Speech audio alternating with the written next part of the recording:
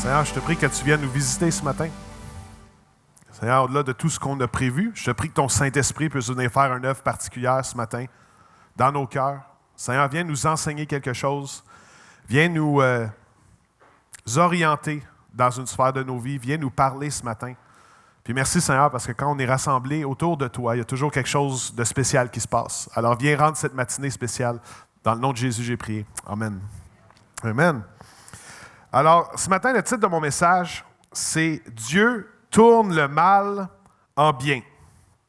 Dieu tourne le mal en bien. Et avant de parler comment Dieu tourne le mal en bien, j'aimerais qu'on parle du mal un petit peu ensemble. Et ça va être basé sur une discussion, une des dernières discussions que Jésus a eues avec l'apôtre Pierre, qui va comme suit dans Luc 22, versets 31-34. C'est lors du dernier repas. Ils sont dans les derniers moments ensemble. Jésus va être bientôt arrêté, bientôt crucifié. Et Jésus veut mettre en garde Pierre, pour lequel il y avait des plans déjà pour fonder son Église. Et Jésus le met en garde. On lit les versets ensemble. Le Seigneur dit, « Simon, Simon, c'était l'ancien nom de Pierre, Satan vous a réclamé pour vous passer au crible comme le blé. Mais moi, j'ai prié pour toi, afin que ta foi ne disparaisse pas, et toi, quand tu seras revenu à moi, affermis tes frères. Seigneur, lui dit Pierre, je suis prêt à aller en prison avec toi, et même jusqu'à la mort. Et Jésus dit, Pierre, je te le dis, le coq ne chantera pas aujourd'hui avant que tu n'aies 3 fois nié me connaître. Et tout ça commence avec un avertissement de la part de Jésus. Il dit, Simon, Simon, Satan vous a réclamé pour vous passer au crible comme le blé. Parce que le blé, à l'époque, était écrasé par des grandes pierres, des fois reliées à des moulins, où est-ce qu'on écrasait le blé et le blé était complètement détruit. Et Jésus utilise cette image-là. En fait, c'est intéressant parce que quand on regarde aux sciences sociales aujourd'hui, la conception, la définition du mal varie beaucoup. C'est souvent dans le relativisme, donc c'est différent d'un individu à l'autre. Et les sciences sociales suggèrent que le mal est une conception du cerveau humain à travers différents processus psychologiques conscients et inconscients. Maintenant, la Bible enseigne quelque chose d'un peu différent, que oui, il y a des réalités psychologiques, oui, il y a des réalités au niveau de nos pensées, mais la Bible enseigne aussi qu'on est des êtres spirituels, qu'on a un esprit, et que pour ces raisons-là, on est aussi sensible à ce qui se passe spirituellement dans le monde métaphysique. Et en fait, l'image que le Nouveau Testament et l'Ancien Testament utilisent fréquemment pour parler du mal, c'est une dynamique où est-ce qu'on est traqué par un animal, rien de moins. La Bible enseigne que chacun d'entre nous, ce matin, on est traqué par un prédateur, par un animal féroce qui veut détruire nos vies. Et il y a quelque chose dans cette image-là qui nous saisit. Je pense que, premièrement, c'est une peur innée chez tout le monde d'être un jour attaqué par une bête. Et il y a eu des films à succès comme Jaws, Les Dents de la Mer, Le Parc Jurassique, Peur grise récemment avec Liam Neeson, puis une meute de loups, The Edge, un ancien film, Le Fantôme et les Ténèbres aussi qui raconte l'histoire de 2 lions qui ont mangé une centaine de personnes, probablement parce que les troupeaux avaient migré, donc ils se sont tournés vers une autre source de nourriture qui étaient les travailleurs qui travaillaient à l'établissement d'un chemin de fer pour faire passer un train. Et c'est basé sur une histoire vraie. Et je peux vous dire que quand on a cette image-là et qu'on sait qu'on est traqué, on est plus vigilant. Et c'est ça que Dieu veut nous prévenir dans sa parole, c'est d'être vigilant de la façon qu'on mène nos vies. Il y a plusieurs années de ça, j'avais peut-être 7 ans, on était, moi et mon père, en train de marcher sur la plage sur la côte est américaine. Et on marchait dans peut-être ça d'eau à peu près. Fait qu'on se promenait, tout ça, on marchait, on traversait la plage. Et il y a un requin de taille moyenne, fait qu'à peu près grand comme ça, qui a foncé sur nous. Et que quand il a vu, à la dernière seconde, qu'il y avait un banc de sable, il a changé de direction. On a vu son aileron se diriger vers nous. Je peux vous dire une chose, pour le restant de la marche, on était sur le sable sec. On était vigilants. Pourquoi? Parce qu'on était conscient maintenant, on ne l'était pas avant. Mais après avoir vu le requin foncer, on était conscient qu'il y avait un danger. C'est un peu cette image-là aussi que Dieu utilise dans la Genèse, qui est le premier livre de la Bible. Et c'est intéressant parce que dans la Bible, il y a ce qu'on appelle en théologie la loi de la première mention. C'est-à-dire que quand un thème clé est mentionné pour la première fois dans le canon biblique ou dans la Bible, c'est pour illustrer une signification particulièrement pertinente de ce à quoi ce terme-là fait référence spirituellement. Et on le voit avec le mot péché. Le mot péché qui a été souvent utilisé d'une façon culpabilisatrice au Québec. Mais en fait, le mot péché veut simplement dire de manquer la cible. Et la cible, c'est d'aimer Dieu pleinement et aimer les autres pleinement. Alors, c'est le mot péché qu'on voit dans la Genèse pour la première fois. Voici le contexte. C'est dans l'histoire, une histoire particulière de deux frères qui sont Caïn et Abel. L'Éternel portant un regard favorable sur Abel et sur son offrande, mais pas sur Caïn et sur son offrande. Caïn fut très irrité et il arbora un air sombre. C'était la jalousie, c'était la colère contre Dieu, la colère contre son frère parce qu'il se sentait diminué. Et l'Éternel, qui est un mot pour dire Dieu, dit à Caïn, « Pourquoi es-tu irrité et pourquoi arbores-tu un air sombre? Certainement, si tu agis bien, tu te relèveras. Si en revanche, tu agis mal, le péché est couché à la porte et ses désirs se portent vers toi, mais c'est à toi de dominer sur lui. » Il y a même des versions qui, dans les traductions, utilisent le terme d'un félin qui est un félin qui se penche pour bondir sur Caïn, alors qu'il dit « Le péché est couché à la porte et ses désirs se portent vers toi. » C'est l'image d'un animal à l'extérieur de la maison qui attend juste le moment favorable pour te dévorer. Et Dieu utilise cette image-là encore du prédateur ou de l'animal qui traque pour donner un avertissement. Et Dieu nous dit quelque chose d'intéressant. Il va dire « Mais c'est à toi de dominer sur lui. » Autrement dit, Dieu dit « Oui, il y a une force en ce moment qui veut t'assombrer puis t'amener vers le bas, mais il dit « Toi, domine sur lui. » Autrement dit, tu as le choix. Tu peux décider. Oui, la force négative est là pour t'amener vers le bas, mais toi, tu peux décider. Souvent, les circonstances sont hors de notre contrôle, mais notre réaction aux circonstances sont sous notre contrôle. Et même, j'aimerais dire, sous notre responsabilité. On ne peut pas changer les circonstances directement, mais on peut changer notre interprétation des circonstances et nos réactions aux circonstances. Et l'être humain, on a plusieurs impulsions biologiques, mais c'est à nous de décider ce qu'on fait de ces impulsions-là. Et c'est ça que Dieu est en train de dire. Il dit, oui, la bête est là pour te dévorer, mais toi, domine sur elle. Il y a une histoire qui m'a surpris, que j'ai lue il y a 3 ans de ça. En février 2019, au Colorado, il y a un coureur qui s'appelle Travis Kaufman qui courait tout seul dans les montagnes pour s'entraîner. Et au Colorado, il y a quelques prédateurs, dont les pumas ou les cougars, les lions de montagne. Et il s'entraînait seul et il courait dans les montagnes du Colorado. Et à un moment donné, il a entendu un bruit dans un buisson. Et c'était la pire chose qui s'est confirmée. C'était un puma qui, pour une raison X, a décidé de sauter sur lui et de l'attaquer. Et ça l'a passé à CNN. Ce n'est pas une histoire de quelqu'un qui a vu l'ours. Là. Ça a été ça a passé à CNN. Ça l'a passé aussi dans le Denver Post puis différents médias. Et en fait, il s'est défendu pour sauver sa vie. Il a reçu des coups de griffe un petit peu partout dans le visage. Il a reçu des coups de griffe sur les bras. Et finalement, il a compris que l'animal n'allait pas le laisser tranquille. Donc, il est entré dans un mode qui disait sur l'adrénaline, comme fight or flight. Il a décidé de se battre. Et il a pris cet animal-là, il a plongé sur le cougar. Les deux ont dévalé une pente. Et quand ils sont atterris, il a réussi, c'était un cougar adolescent, donc il n'avait pas encore sa pleine taille adulte. Il a réussi à mettre son genou sur les pattes arrière. Il a réussi à mettre son pied sur la gorge de l'animal en le tenant avec ses brins, même s'il se faisait mordre, il se faisait graffiner. Et croyez-le ou non, ce qui s'est passé, c'est qu'en fait, il a étouffé le cougar à mort. Okay? Il a gagné son combat contre un cougar. Et c'est ce que Dieu nous demande. Dieu dit, oui, le péché est couché à ta porte comme un félin qui voudrait te sauter dessus, qui voudrait te détruire, te dévorer, mais c'est à toi de le dominer. Donc, on a cette décision-là pour nos familles, à notre travail, notre attitude, notre paix intérieure, notre calme. Dieu nous demande de dominer qu'est-ce qui est négatif, qu'est-ce qui est sombre, qu'est-ce qui est ténébreux, qu'est-ce qui veut nous amener vers le bas dans nos vies concrètes. Et c'est fascinant parce que des fois, quand on parle de cette idée-là d'une opposition spirituelle ou du mal spirituel, ou même Jésus parlait du diable, on a une conception que c'est très déconnecté de nos vies.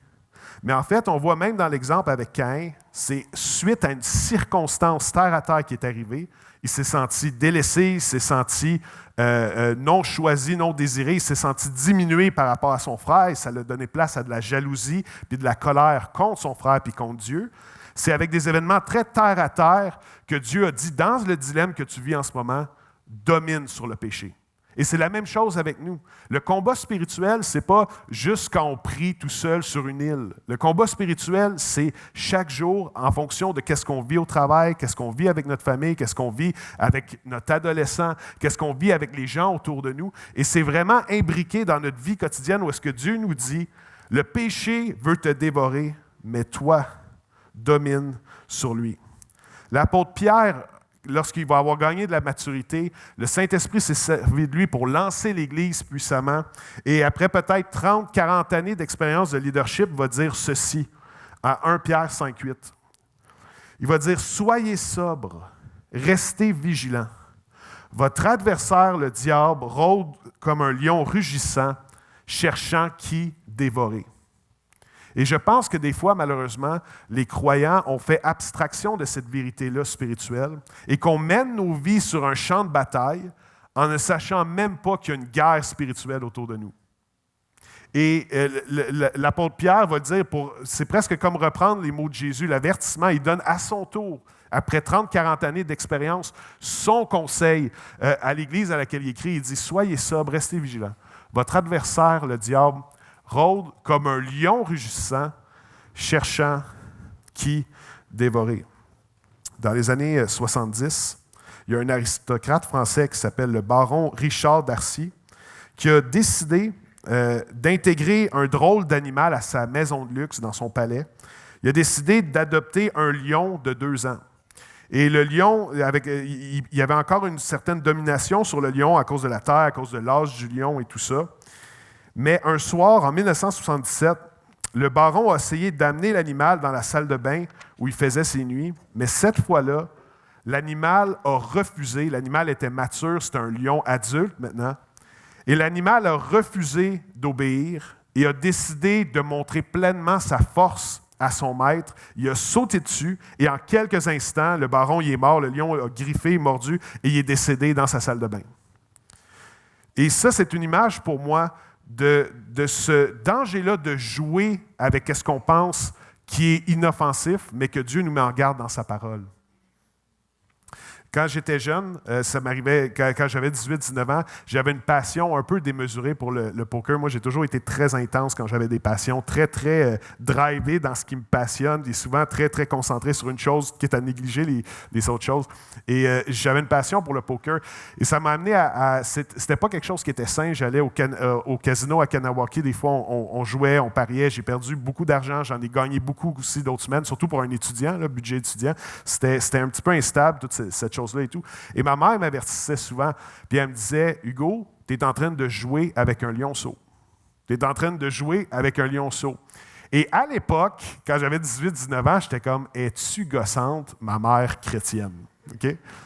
Mais en réalité, elle avait raison. J'étais en train de jouer avec quelque chose qui ouvrait toutes sortes des fréquentations qui n'étaient vraiment pas idéales. Je jouais à 3 heures du matin dans un casino semi-légal parce qu'on ne payait pas de taxes. Tout ça, c'était vraiment pas quelque chose qui était bon, que tu souhaites pour un jeune de 18-19 ans.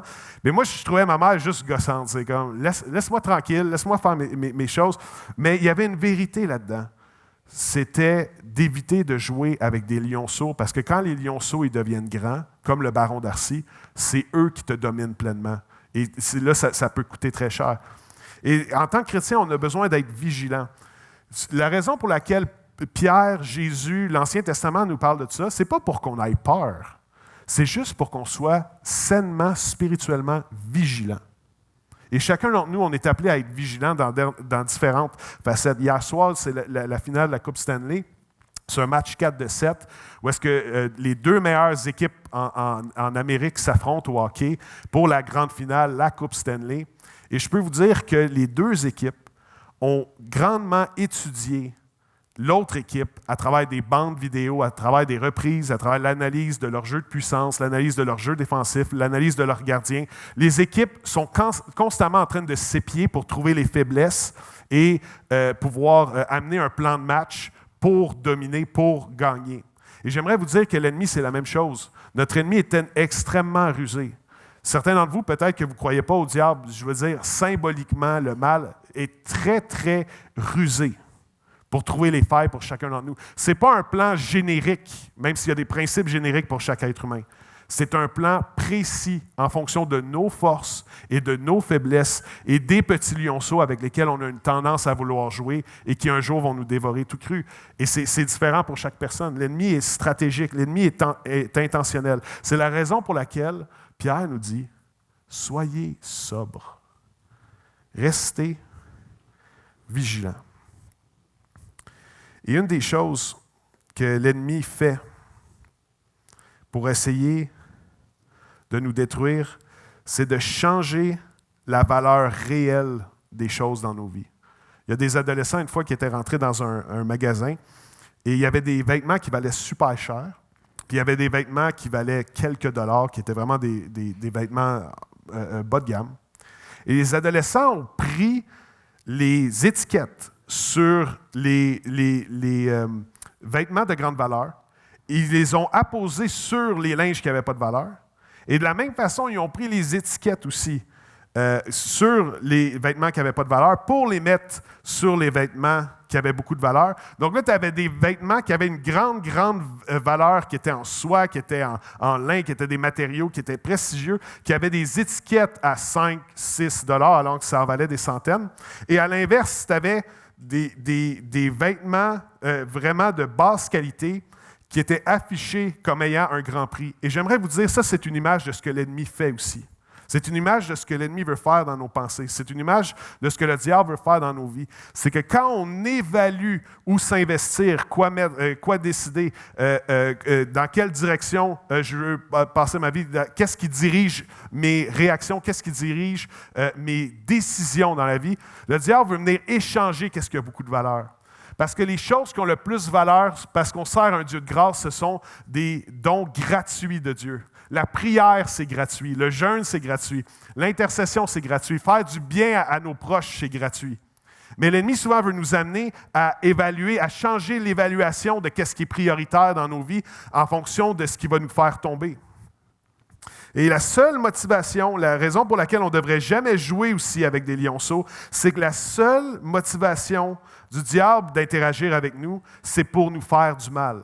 Et c'est la raison pour laquelle, personnellement, jamais, je vais parler pour moi, puis ce n'est pas un accusateur ou c'est pas pour mettre sur le spot un comportement, mais je vais vous parler pour moi, jamais dans ma maison, je tolérais qu'il y ait des cartes de tarot, du Ouija, qu'il y ait des instruments pour lire le thé. Peu importe quelle forme d'ésotérisme est-ce qu'on parle, jamais je tolérais ça dans ma maison. En fait, moi, j'ai commencé à lire de la poésie récemment. C'est quelque chose qui m'inspire. Je trouve ça beau, les gens qui maîtrisent la langue. Et mon poète préféré, c'est Victor Hugo, qui c'est très lumineux, même très spirituel comme poème. Et aussi, il y avait, je pense que c'est Charles Baudelaire, en tout cas, M. Baudelaire, qui est considéré comme un des plus grands poètes de l'histoire de la francophonie. Et quand j'ai lu ce livre-là, super inspiré par celui de Victor Hugo, j'ai commencé à lire Baudelaire, très beau, très significatif, très wow comme poème. Mais un poème sur 3 quasiment faisait référence à Satan, comme une adoration, une élévation de Satan. Ce livre-là, je peux vous dire, à partir du moment où j'ai vu ça, je l'ai jeté dans mon bac à poubelle. Je ne voulais même pas avoir ça sur ma tablette de bibliothèque. Vous comprenez? On doit être vigilant, on doit être prudent avec qu'est-ce qu'on tolère dans nos vies. Et chaque fois que l'ennemi veut interagir avec nous, c'est pour nous détruire. C'est pour ça que pour moi, c'est les jeux ésotériques et tout ça, même si c'est amené comme un jeu, pour moi, c'est vraiment jouer comme un lionceau. Et tu ne sais jamais quand est-ce que c'est cette force-là qui va te dévorer. On raconte l'histoire d'un banquier qui était parti à la chasse. Et le banquier chassait dans la campagne et il a vu son canard passer, donc il a enligné, il a visé son canon, il a tiré, il a eu le canard et le canard il a tombé au sol. Seulement, le canard il a tombé 1 mètre à l'intérieur d'une propriété privée qui appartenait à un fermier. Et le fermier est sorti dehors et là, le jeune banquier avec ses amis ils sont arrivés puis là, ils ont voulu prendre le canard. Et là, le fermier il a dit, c'est vous qui avez tiré ce canard-là? Et là, le banquier répond, ouais, c'est. Il dit, vous ne pourrez pas l'avoir, c'est mon canard, parce qu'il est tombé sur ma propriété. Et là, le banquier est un petit peu atterré. Il dit, ben, c'est nous qui l'avons chassé, on l'a tiré. Est-ce que ça vous dérange si on fait juste venir le récupérer? Et c'est une question de mètre, là, c'est juste à côté de la ligne de la propriété. Et le fermier il dit, non, c'est mon canard. Fait que là, le banquier essaie de négocier avec lui. Il dit, écoute, c'est nous qui l'avons tiré, on veut l'avoir. Le fermier, il ne veut rien savoir. Il dit, non, c'est mon canard, laisse faire, tu ne pourras pas avoir le canard. C'est mon canard, il est sur ma propriété, que je te vois épiler sur mon terrain. Et là, finalement, le fermier, il a une idée. Et le banquier lui demande, y a-t-il une façon qu'on pourrait trouver un arrangement? Fait que là, le fermier, il dit, oui, voici quel arrangement qu'on pourrait prendre. Il dit, on va chacun à notre tour se donner un gros coup de poing d'en face, puis celui qui crie le moins fort après avoir reçu le coup de poing garde le canard. Fait que là, le banquier, il pense 2 fois, mais là, il regarde le fermier. Tu sais, le fermier, il a 60 ans, hein, il a de l'air correct, en forme, tout ça. Puis le banquier, il est jeune, il s'entraîne, il est fort, il a déjà fait de la boxe. Fait qu'il se dit, bon, c'est un bon deal. OK, on y va. Puis là, le fermier dit, donc, tu as compris, on frappe et celui qui crie le moins fort garde le canard. Fait que là, le banquier dit, oui, OK. Fait que là, le banquier dit, tu sais, vu que c'est quelqu'un de plus âgé que lui, il dit, tu peux commencer. Fait que là, le fermier, il se prépare. Là, il se prépare et il donne un coup, bang, en plein dans la tronche. Le banquier tombe par terre, il est sonné, il voit des étoiles. Et là, ses amis l'aident à se relever. Puis là, il voit double pendant un bout de temps, puis il a vraiment été sonné. Là. Puis là, après ça, il se lève, puis il dit, bon, puis en passant, quand il est tombé, il a juste fait un petit cri comme, ah! C'était pas si pire, tu sais, il a des bonnes chances de gagner. Fait que là, il se lève, fait que là, il dit au fermier, bon, prépare-toi, là, c'est à mon tour. Puis le fermier, il fait juste se dire, tu peux garder le canard, ça va aller. Ça, c'est une image de qu'est-ce que l'ennemi veut faire dans nos vies. Okay? Il arrive et on pense toujours qu'il est raisonnable, que c'est... Non, c'est juste pour nous détruire. C'est pas pour notre bien. Il n'y a pas une entente raisonnable. C'est pas fair. C'est pas juste. C'est juste, il veut nous détruire et trouver les façons d'exploiter nos faiblesses pour nous amener vers le bas. C'est comme si, je ne sais pas si certains d'entre vous avaient déjà reçu une invitation de nouvelles cartes de crédit pour embarquer sur une nouvelle carte de crédit par la poste, certains d'entre vous. Moi, j'en reçois toutes les 3 semaines, je ne sais pas pourquoi, je ne sais pas si c'est parce que j'ai un bon ou mauvais crédit, mais j'en reçois régulièrement. Et si vous remarquez, les invitations, c'est toujours « wow ». C'est comme « Monsieur Lamotte ». C'est comme « oh, OK ». Vous êtes un client choisi et extraordinaire. On a décidé de vous faire une offre platine. Et tu sais comment... et là, tu te dis, oh, platine, moi, ça me tente d'être platine, c'est où que je signe? Et là, il continue, et là, c'est toujours très, très alléchant, mais les taux d'intérêt sont chers. Et ensuite, c'est quand on paye, on utilise plus d'une carte, c'est là qu'on paye le prix et qu'il y a un enchaînement qui vient. C'est un peu comme ça que l'ennemi aussi, il fonctionne. Maintenant, c'est quoi les solutions? Une solution, c'est de monter en altitude spirituelle. Colossiens 3, versets 1 et 2. Paul fait un encouragement à l'Église de Colosse et leur dit ceci. « Recherchez les choses d'en haut où Christ est assis à la droite de Dieu. Attachez-vous aux réalités d'en haut et non à celles qui sont sur la terre. » Notre appel, c'est de laisser qu'est-ce qui n'a pas beaucoup de valeur dans nos vies, qu'est-ce qui n'a réellement pas beaucoup de valeur, et de se tourner vers les choses qui nous amènent vers le haut, qui nous permettent de monter en altitude spirituelle. Il y a un avion qui pilotait un avion et qui a atterri dans une région isolée, et à son insu, il y a un rat qui s'est glissé dans l'avion. C'est un avion personnel, c'est un des pionniers, Handley Page, qui conduisait l'avion.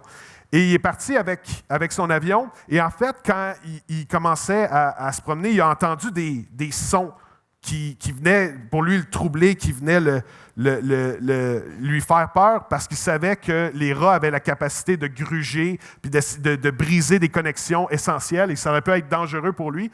Alors, il s'est souvenu qu'il avait entendu à quelque part, je ne sais pas si c'est vrai, okay, c'est une histoire, mais vous allez voir l'idée. Il a entendu à quelque part que les rats ne pouvaient pas survivre en haute altitude. Alors, dans sa crainte, en attendant le grugement, puis le rat se promenait derrière son cockpit, il a tiré sur le joystick, il a monté avec son avion, il a monté, et il a continué à monter jusqu'à temps que lui-même ait de la difficulté à respirer. Et rendu à une haute altitude, quand il s'est stabilisé, il était soulagé parce qu'il n'attendait plus les bruits de grugement ou autre. Et quand il a atterri finalement, le rat était là, mais le rat était décédé, le rat était mort derrière le cockpit parce qu'il avait monté en altitude. Qu'est-ce que c'est les rats spirituellement? Qu'est-ce que c'est les rats bibliquement? Les rats, mes amis, ce n'est pas les personnes autour de toi, OK?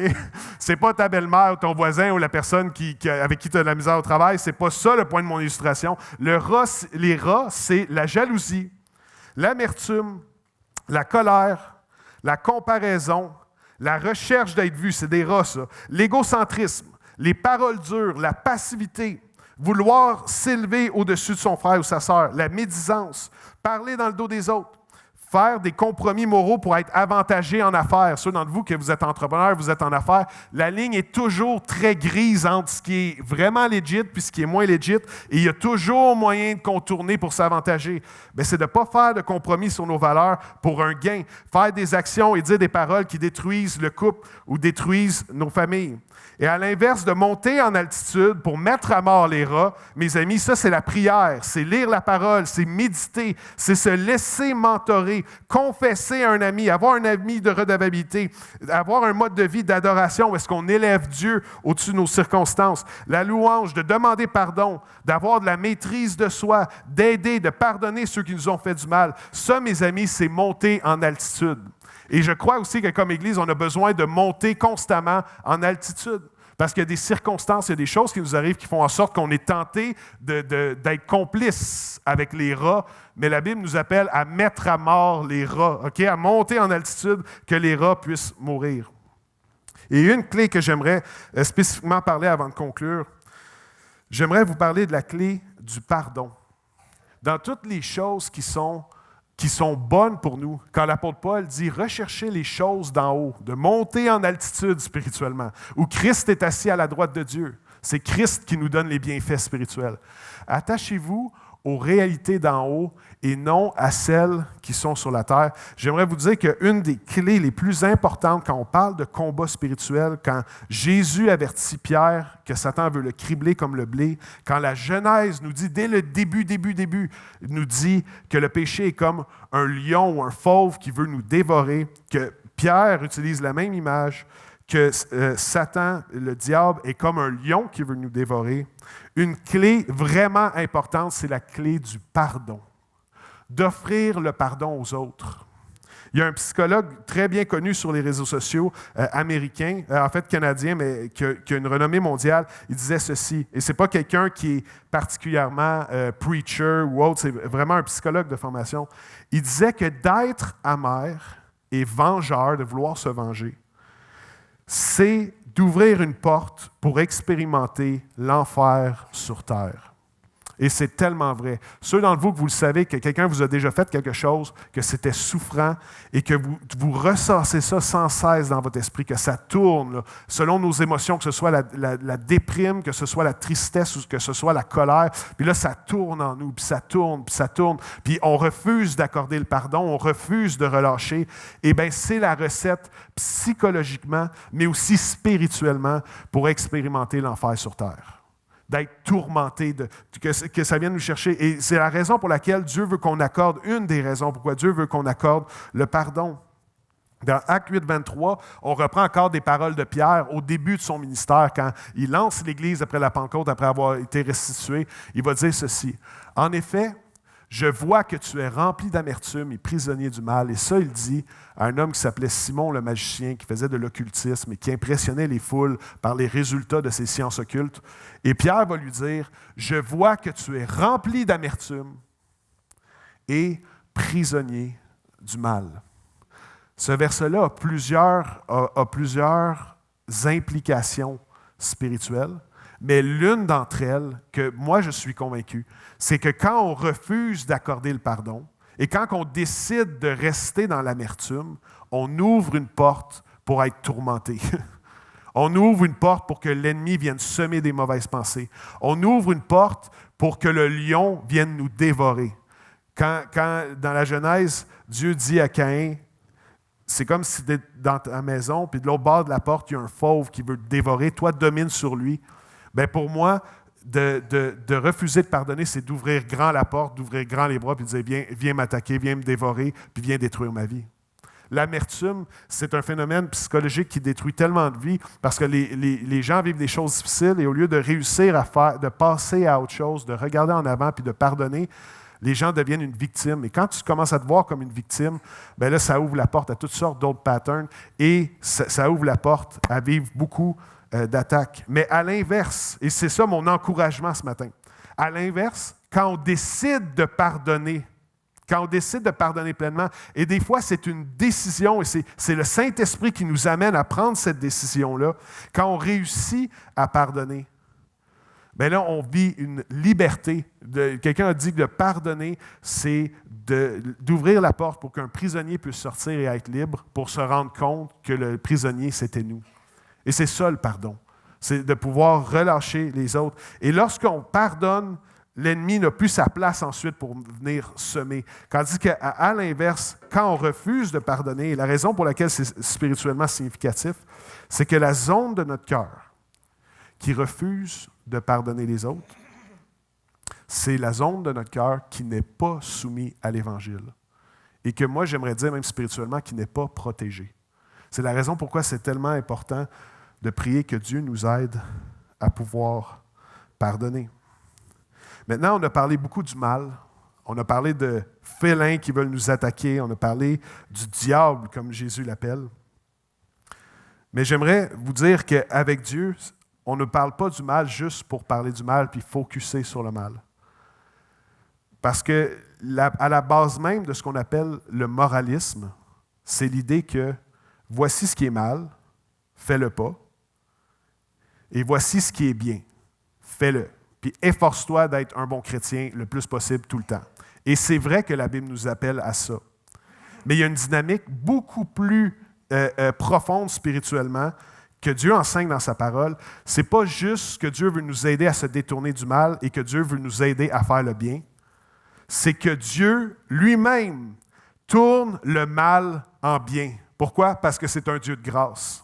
Et ça veut dire c'est que certains d'entre nous, on a vécu des échecs, des mauvaises retombées dans nos vies, on a vécu des chutes, on a vécu des temps difficiles, mais par la grâce de Dieu, Dieu tourne le mal en bien, parce que c'est un Dieu de grâce. Donc, c'est beaucoup plus profond ce matin, et c'est pour ça que je finis avec ça. C'est beaucoup plus profond que juste vous dire « Soyez des bons chrétiens vigilants tout le temps, là, sinon il va vous arriver des mauvaises choses. » Non, c'est beaucoup plus profond. C'est que Dieu, littéralement, se sert des pires choses qu'on a vécues dans nos vies, et si on se laisse réparer par lui, si on se laisse conduire par lui, si on se laisse régénérer puis restaurer par lui, Dieu tourne le mal en bien.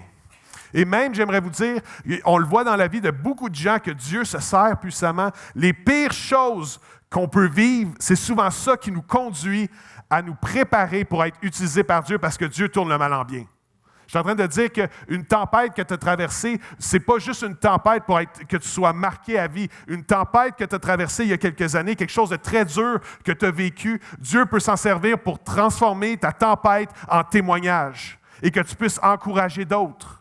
C'est la grâce de Dieu, littéralement, qui est à l'œuvre, qui utilise des gens imparfaits, brisés, qui ont fait des erreurs, et que Dieu les prend, et il prend le mal, puis Dieu le tourne en bien pour le bien des autres.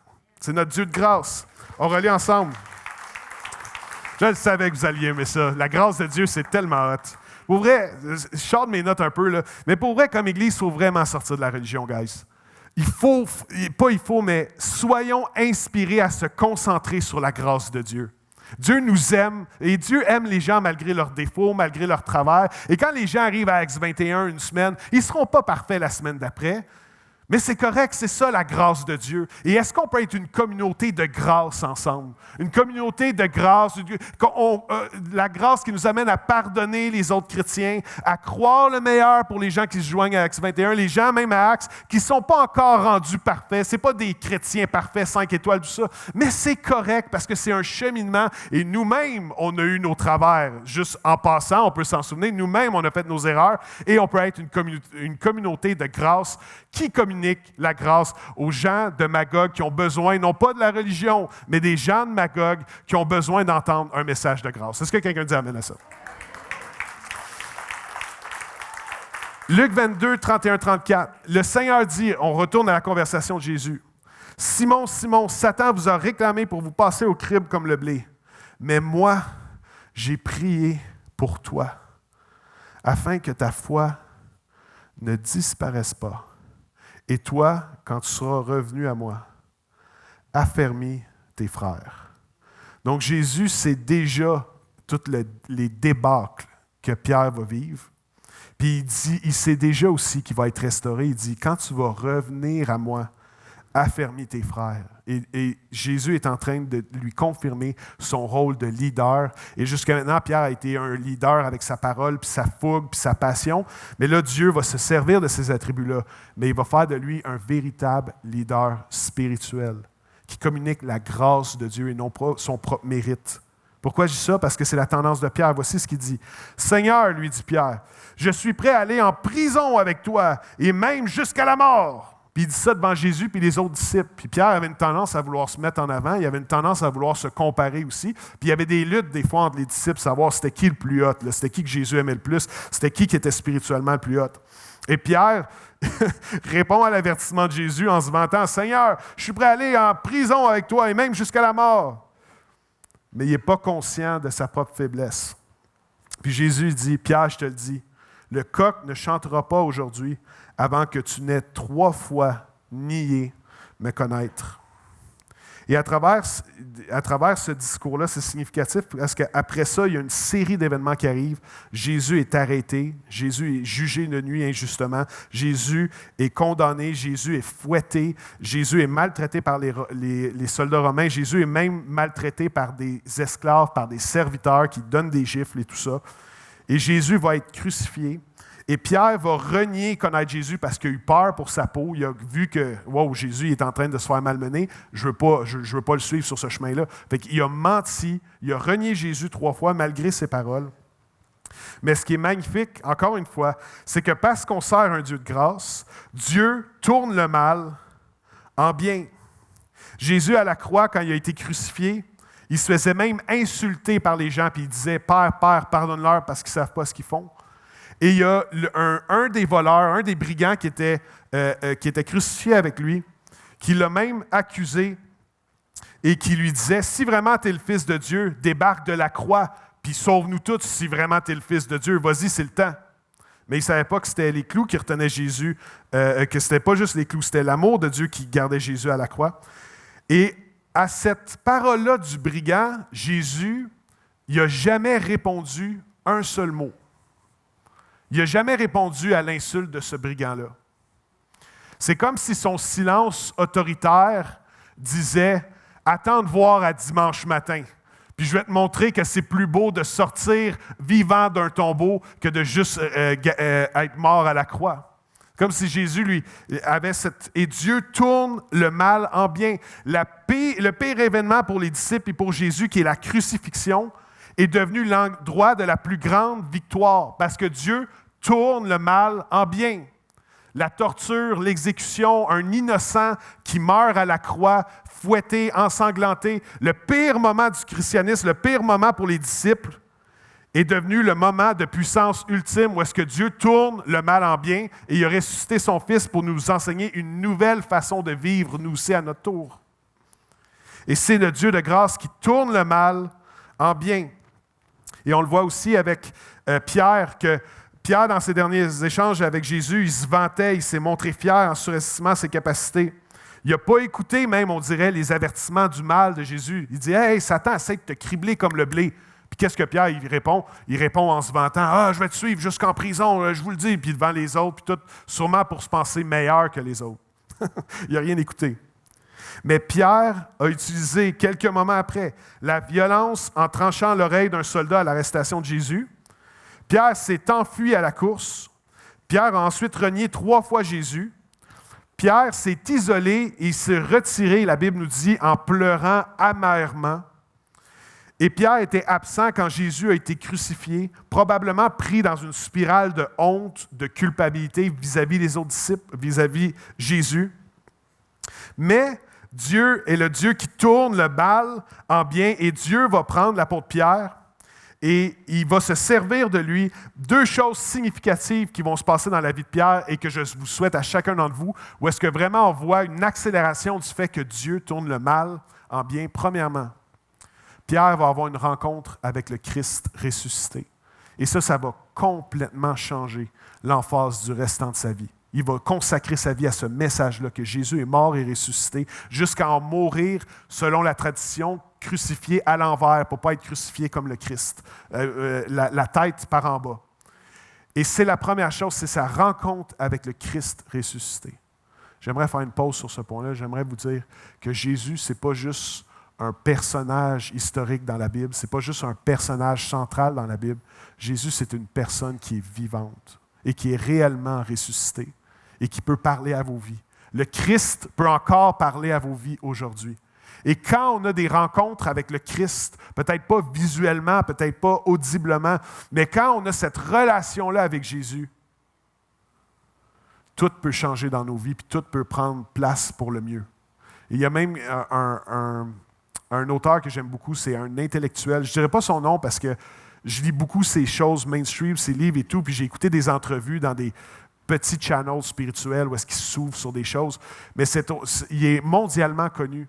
Et lui a écrit un livre sur le Christ qui est tellement beau, tellement frappant. Il est dans la francophonie. Et il racontait dans un petit média ouvert sur les choses spirituelles que lui est allé dans un chalet un week-end à un moment donné et qui a médité les textes bibliques, qui a médité les textes sur Jésus et que littéralement, il a eu une rencontre avec le Christ.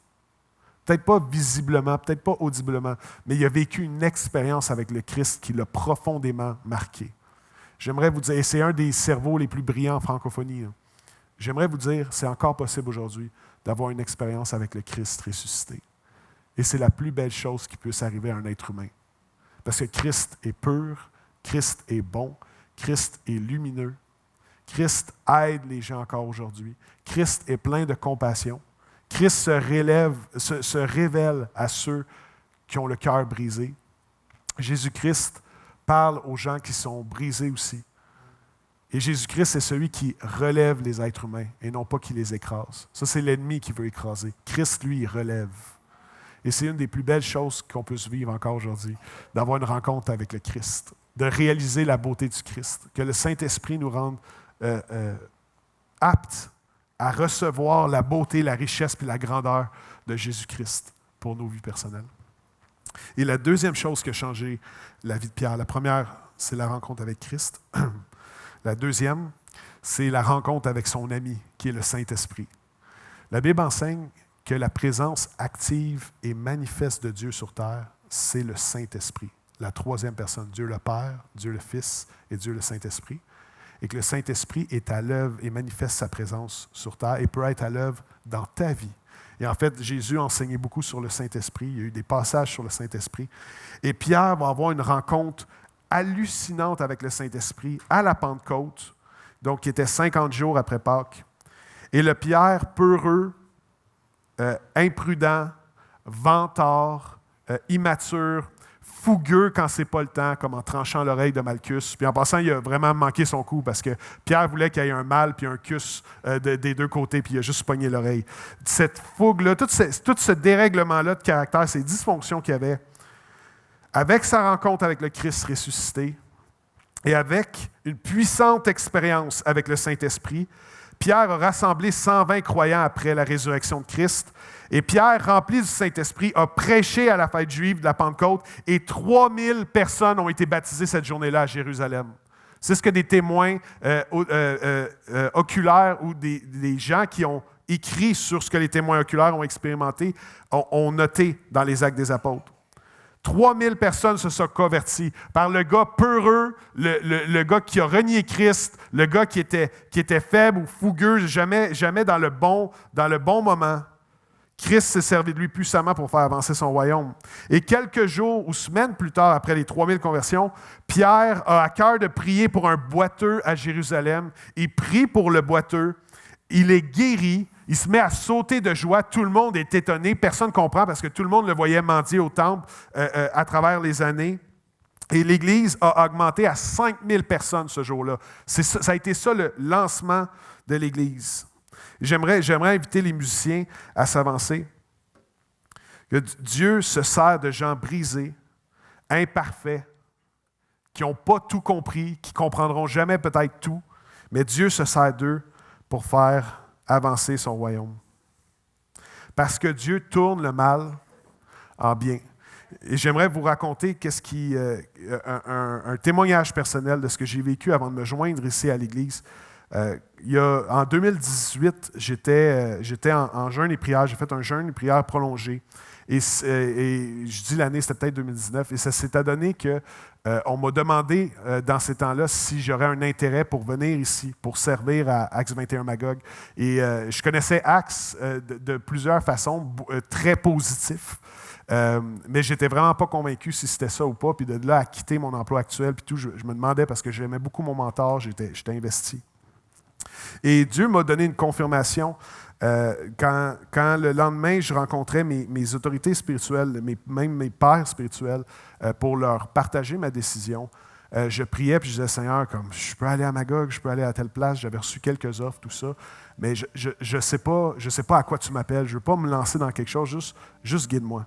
Puis ce soir-là, je priais chez nous, je pleurais, et Dieu, pour moi, m'a donné une confirmation. Alors que je venais tout juste de recevoir l'offre pour Magog, je priais le soir, et j'ai ouvert ma Bible, et c'était Ézéchiel 18 qui disait « Fils de l'homme, ainsi la parole de l'Éternel t'est adressée, tourne ton visage vers Gog du pays de Magog. »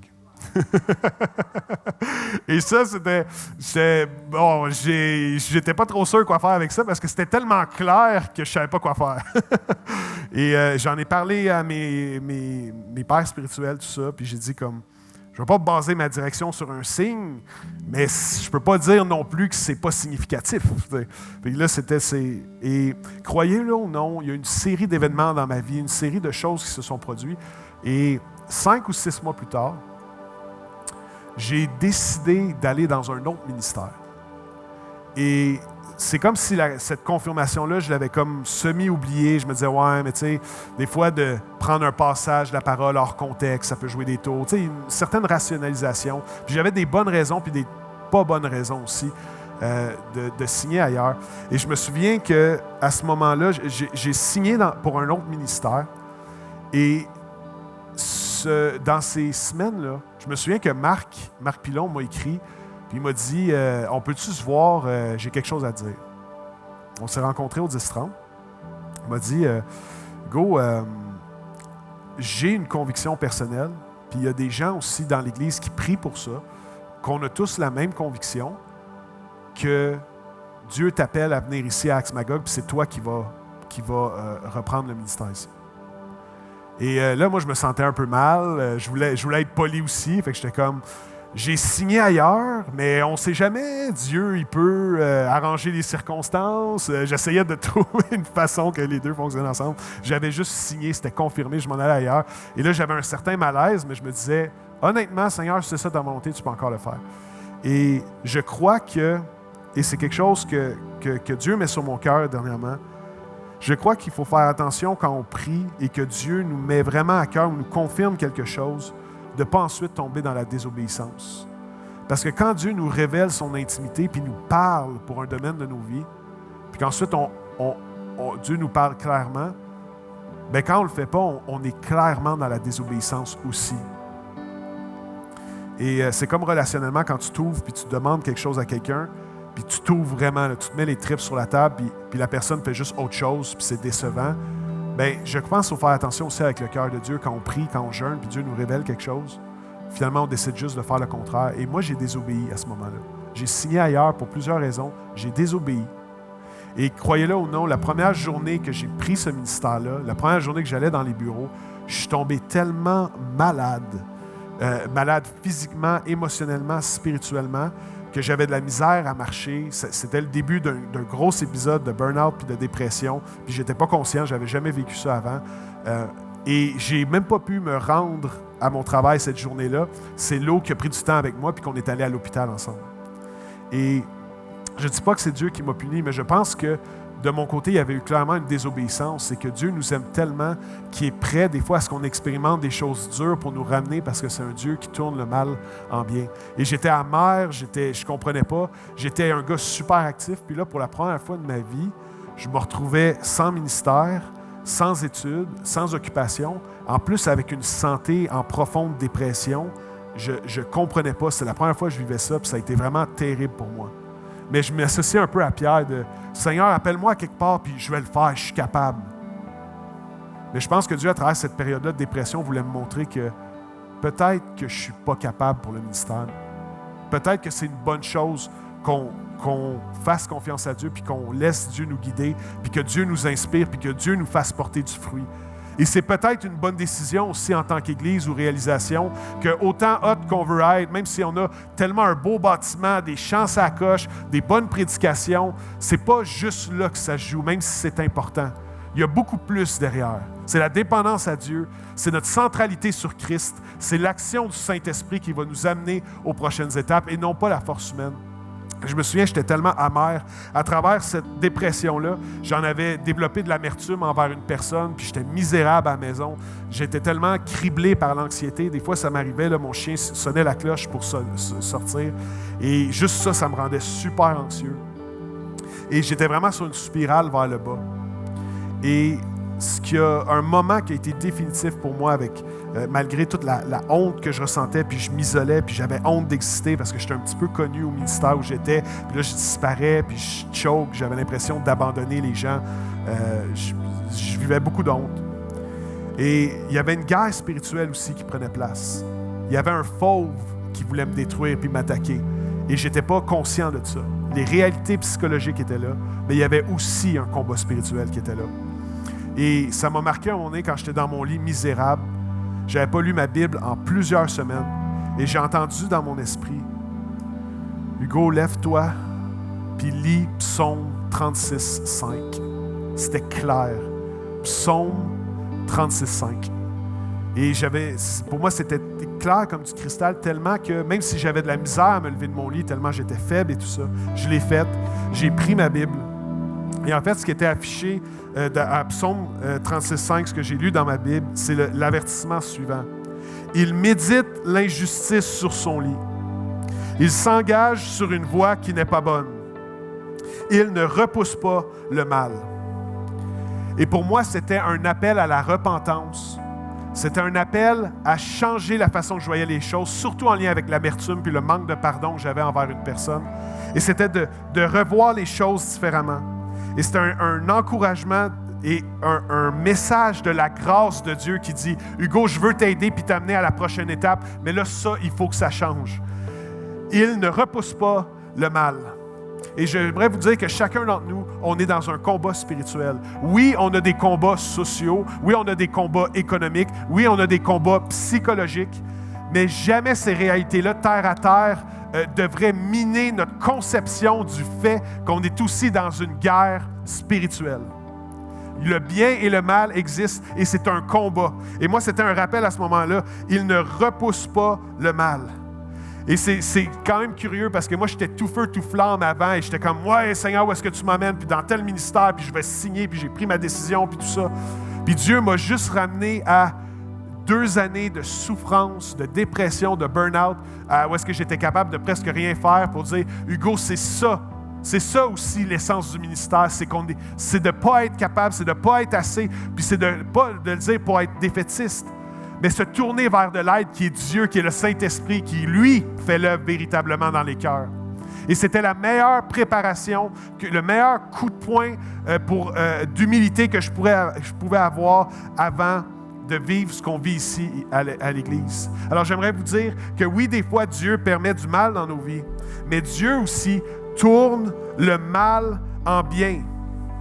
Pierre s'est isolé. Pierre était loser. Pierre s'est enfui. Pierre n'était même pas là à la crucifixion, probablement trop de honte, de culpabilité. Mais Dieu s'est servi de lui pour lancer l'Église, puis paf, 3000 conversions. Après ça, bang, 5000 conversions. Et c'est pas la première fois, parce que Dieu tourne le mal en bien, puis il veut servir des pires moments de ta vie aussi, pour t'aider à le servir mieux et à être un encouragement, une édification, un encouragement pour les gens autour de toi. Noé s'est saoulé. Abraham était trop vieux. Isaac était un rêveur. Jacob était un menteur. Joseph était vantard. Moïse avait de la difficulté à parler. Gédéon était effrayé. Rahab se prostituait. David a commis l'adultère et un meurtre. Élie a voulu mettre fin à ses jours. Marthe s'inquiétait de tout. La femme samaritaine s'était divorcée plusieurs fois. Paul a persécuté l'Église et approuvé le meurtre d'Étienne, le premier martyr. Pierre a abandonné Jésus, il l'a renié 3 fois. Et Lazare était mort. C'est quoi ton excuse à toi? Alors, je vous encourage ce matin à être vigilant face au mal, mais aussi rappelez-vous que Dieu est un Dieu de grâce qui nous accepte tel qu'on est et il nous aime trop. Il veut nous aider à changer pour être plus que qu'est-ce qu'on est. Alors, rappelez-vous d'être vigilant et rappelez-vous que Dieu est un Dieu de grâce qui tourne le mal en bien et il peut le faire dans ta vie. Amen? On va chanter.